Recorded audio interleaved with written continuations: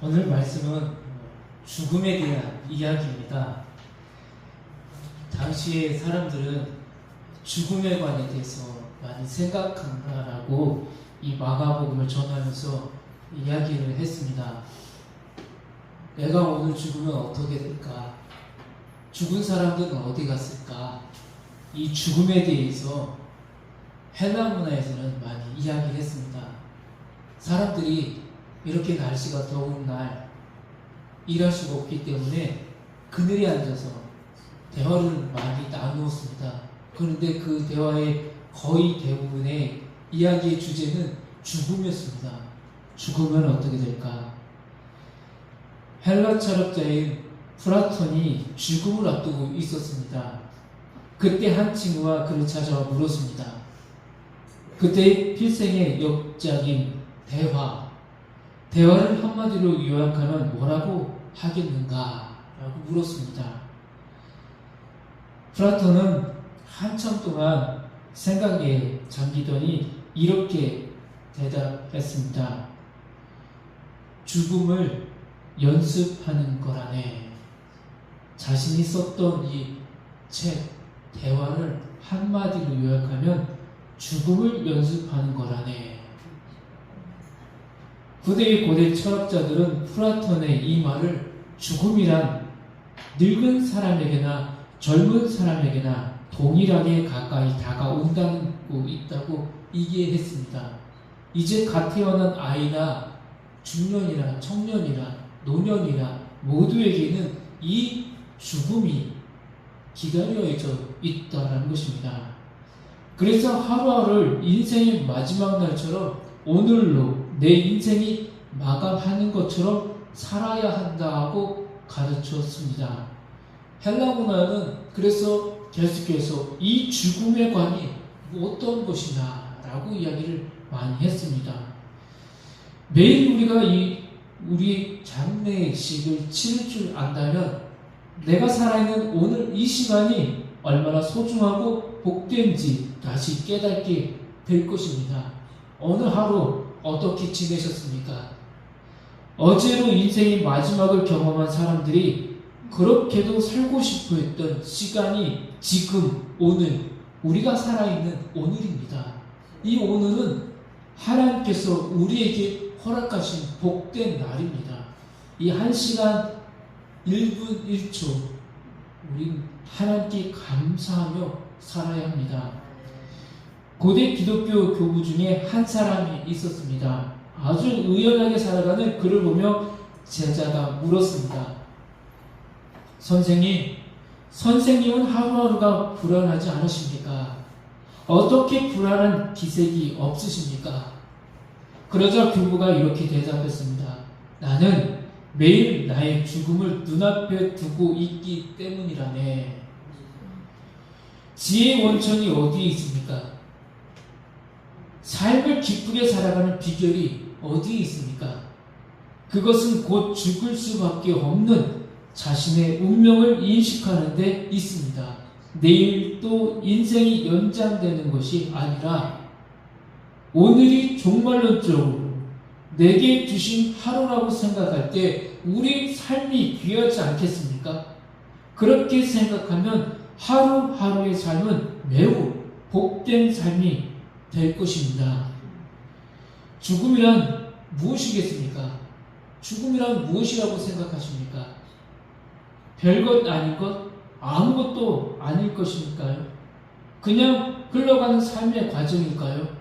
편하게 살다가 죽으면 죽는 것이지 라고 이야기할 수 있겠습니까? 죽음이란 결코 인생의 한 과정이 아닙니다. 죽음 속에는 인간의 총체적인 부정, 총체적인 허무, 총체적인 절망, 총체적인 고난이 들어있습니다.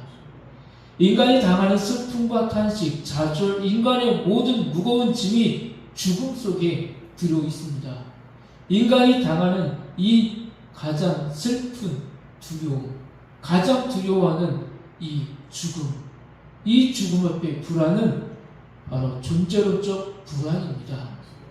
나라는 존재가 어느 날 한쯤에 흙으로 되돌아갈 것에 대한 다시 말해 죽음에 대한 불안이 우리 삶에 끊임없이 언습하고 있다는 것입니다.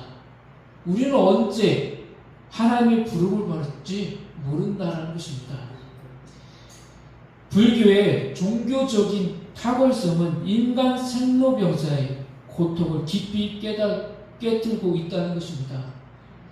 작은 불교에서 나온 시집 같은 책을 지난 한 주 동안 읽어보았습니다.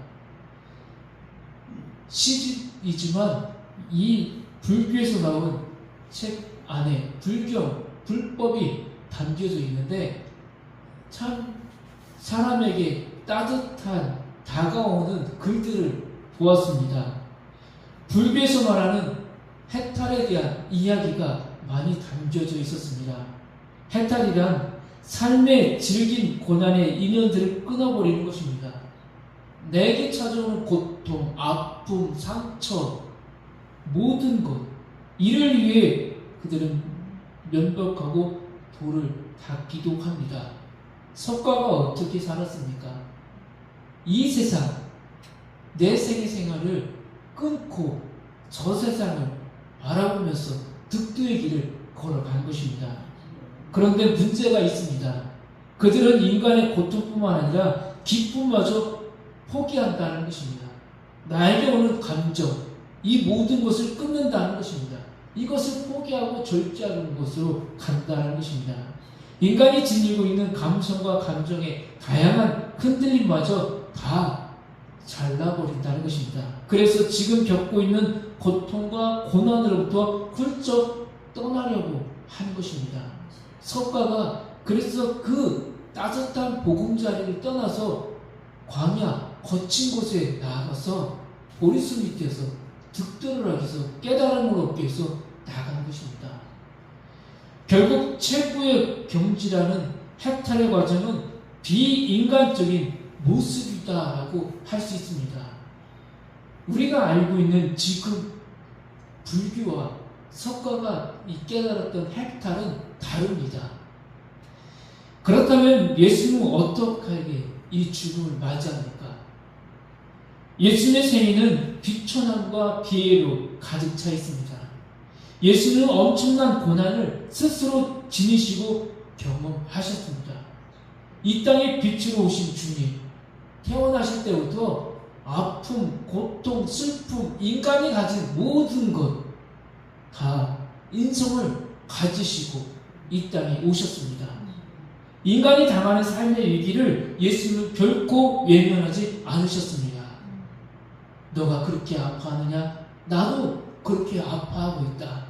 너가 그렇게 기뻐하느냐? 나도 너의 그 기쁨에 함께 기뻐하고 있다. 우리 주님은 계속해서 우리와 함께 주님을 영접한 자들과 기쁨의 춤을 출 때도 있고 슬픔의 춤을 출 때도 있다는 것입니다. 이 불교의 용어 해탈과 다른 예수님의 모습이 우리 주님에게는 있다는 것입니다. 인간이 겪는 슬픔, 외로움, 아픔, 인간의 탄식과 절망의 고통을 예수님은 그냥 다 맞이했다는 것입니다. 수고하고 짐진 자들아 다 내게로 오라. 내가 너희를 쉬게 하리라 하는 이 말씀 안에는 우리 인간이 가진 모든 것을 주님께서 다 품어주시겠다는 것입니다.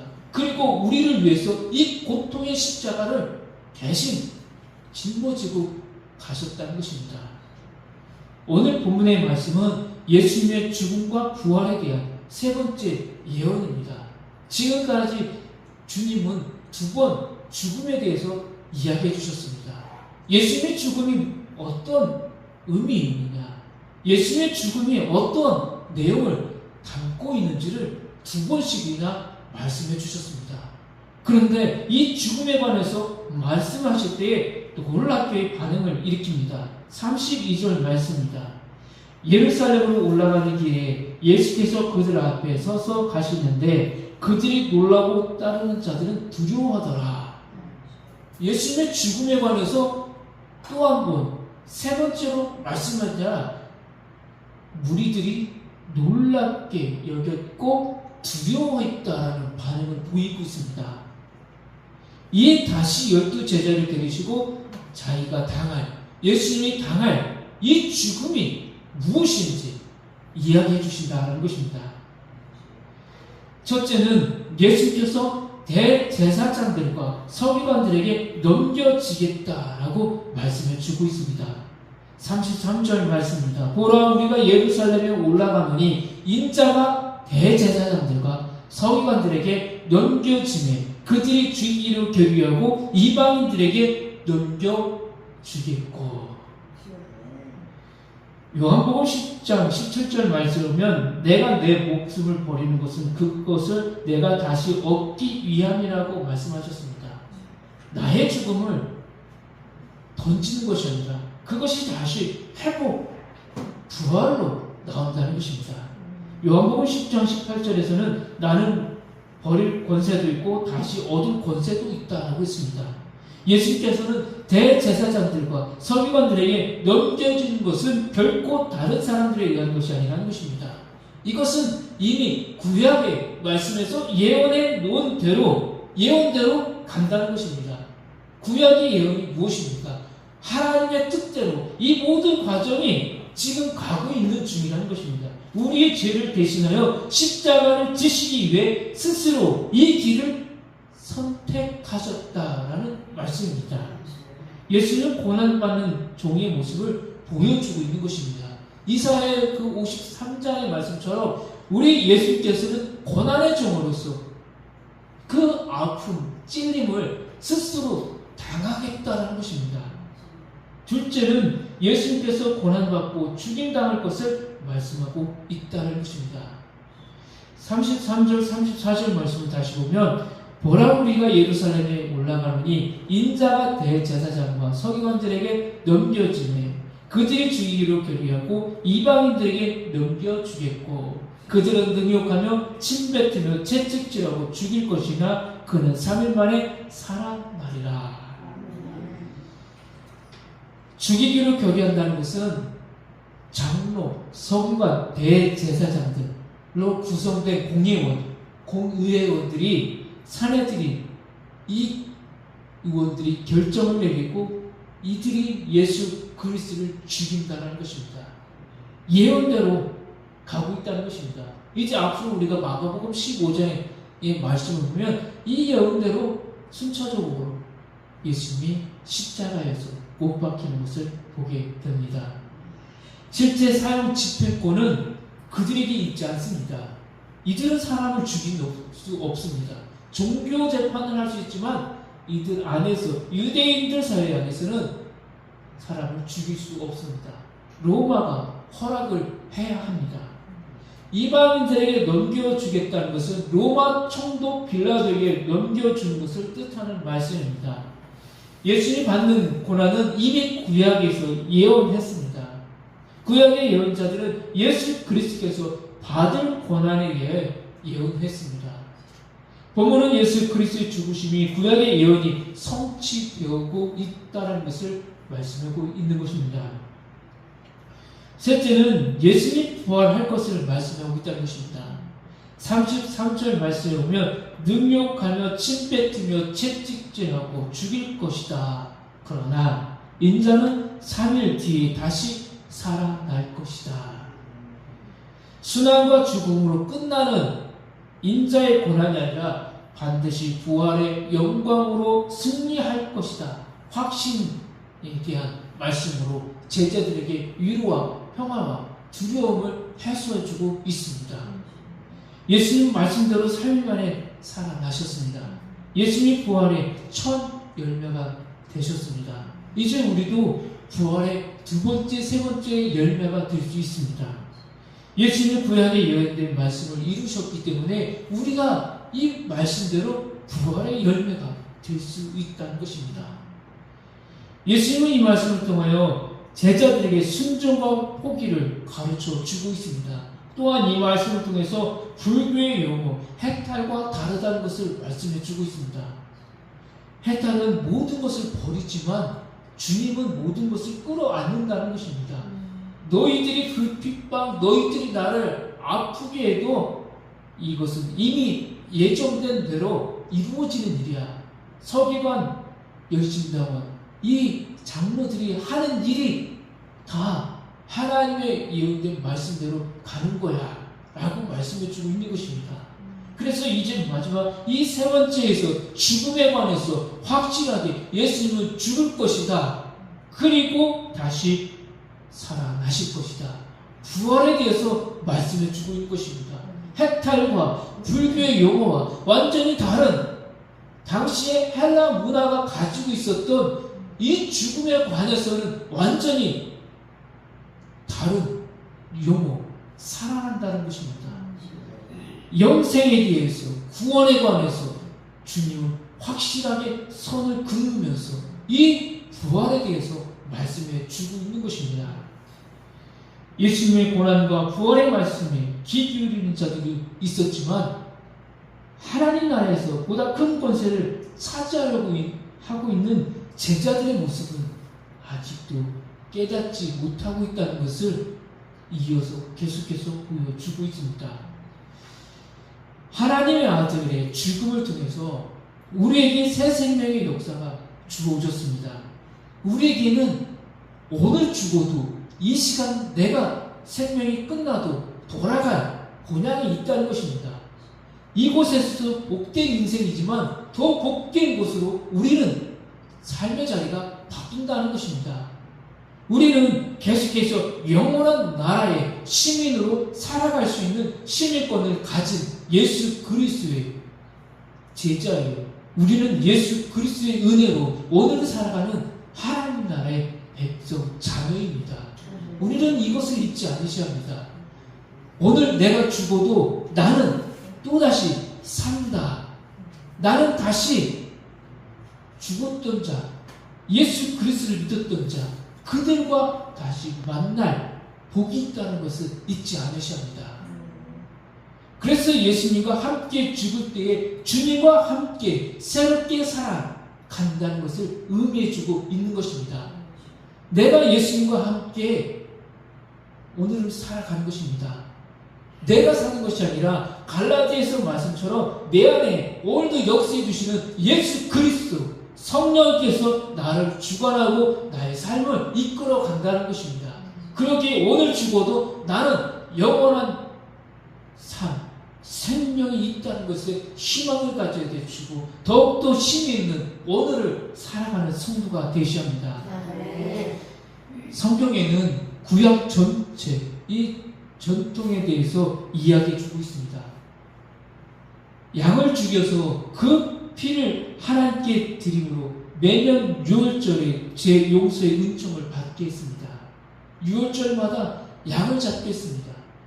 그런데 예수님이 하나님의 아들로서 자신의 몸을 드림으로 그 피의 제물로 단번에 이루어 주셨습니다. 우리에게 주신 하나님의 사랑을 확정해 주셨습니다. 우리는 더 이상 다른 제물을 드릴 필요가 없다는 것입니다. 매 주일마다 양을 잡는 것이 아니라 우리 주님께서 단 한 번에 흘리신 피를 흘리심으로 우리에게는 영원한 낙원이 약속을 받았다는 것입니다. 예수님이 나를 위해서 십자가에 보혈을 흘리셨다는 그 사실을 확인하고 믿고 고백하면 하나님 앞에 자녀가 되고 영원한 생명의 자리에 들어가게 된다는 사실, 이 사실을 믿어야 된다는 것입니다. 예수님의 죽음 속에 내 죽음이 있고 예수님의 부활 속에 나의 부활이 있고 예수님의 생명 속에 내 영생이 있습니다. 예수님의 죽음 속에 우리의 죽음이 있고 인간의 죽음이 있습니다. 그것은 옛 자아, 내 속에 있는 걱정, 근심, 모든 절망, 외로움, 교만, 제약들이 예수님과 함께 죽었다는 이야기입니다. 이제는 우리가 예수님과 함께 새 생명을 사는 것입니다. 거기에 하나님의 사랑이 들어있고 예수님의 사랑이 들어있습니다. 이제 매일 예수님과 함께 죽는 연습을 해야 합니다. 어떻게 연습하시겠습니까? 우리의 교만을 주님과 함께 깨트리는 것입니다. 내 자아, 내 생각, 내가 가지고 있던 이념들을 주님 앞에 내려놓는 것입니다. 나는 주님과 함께 죽었습니다. 오늘 다시 주님과 함께 다시 삽니다. 이 예배당에 나올 때마다 나를 내세우면 안 됩니다. 이제 나는 죽었고 내 안에 사는 우리 주님을 내세우는 사람이 되셔야 합니다. 이 예배당은 그래서 우리가 예배도 드리면서 내 자아를 깨트리는 훈련을 하는 것입니다. 오늘도 A 권사님을 만나면서 내 성품을 죽이는 것입니다. B 집사님을 만나면서 내가 가지고 있던 고정관념, 그 성격, 모든 것을 깨부시는 것입니다. 교회는 예배를 드리면서 하나님께 나를 올려드리는 것이고 나의 모든 삶을 드리는 것입니다. 그러면서 이 공간 안에서 나를 바꾸어가는 것입니다. 세례를 받고 우리는 이 성화의 단계에 지금 들어와 있습니다. 저 영화의 하나님 나라에 가기 위해서 이 성화라는 이 공간 안에서 우리는 계속해서 나를 죽이는 연습을 하는 겁니다. 배추가 소금에 졸여져서 죽어야 맛있게 익지 않습니까? 그것처럼 오늘 하나님께서 주신 이 말씀으로 나를 죽인 것입니다. A 권사님이 나를 찌르면 어떤 겁니까? 공격해야 될까요? 나를 버리는 것입니다. 나는 없습니다. 권사님이 알아서 하십시오. 나를 내세우면 안 됩니다. 오직 예수 그리스도로 내가 오늘을 삽니다. 오늘 나를 하나님께 맡기는 겁니다. 교회에서만 그런 것이 아닙니다. 이 세상, 저 세상에 나가서도 우리는 나를 내세우는 것이 아닙니다. 옆에 있는 우리 이웃을 더 높여주는 삶을 사셔야 합니다. 손해를 봐도 주님은 모든 것 갚아 주실 것입니다. 여러분들의 그 수고와 애쓰는 것, 섬기는 것, 낮아지는 것, 그 모든 헌신에 주님의 나라에서 다 갚아 주실 것입니다. 더 크게 상급으로 내려주실 것입니다. 나의 이름을 높이는 것이 아니라 오직 예수 그리스도의 이름을 높이기 위해서 예수님이 죽으셨던 것처럼 나도 죽으로 오늘을 살아갈 것입니다. 내일 하루 복된 인생의 삶에서도 나는 죽었고 예수 그리스도는 살았다라는 이 고백으로 하루를 시작하고 마치는 성도, 지혜로운 성도가 되셔야 합니다. 오늘의 생명이 어제의 생명보다 더 낫고 또 우리가 예수님과 함께 걸어가는 이 생활이 더 기쁘고 복된 생활입니다. 죽음의 권세자인 사탄에게 더 이상 얽매이지 않고 생명의 주인이신 예수님과 더불어 살아가는 멋진 인생을 살아가는 우리 성도들 되길 소망합니다. 기도하겠습니다. 아버지 하나님,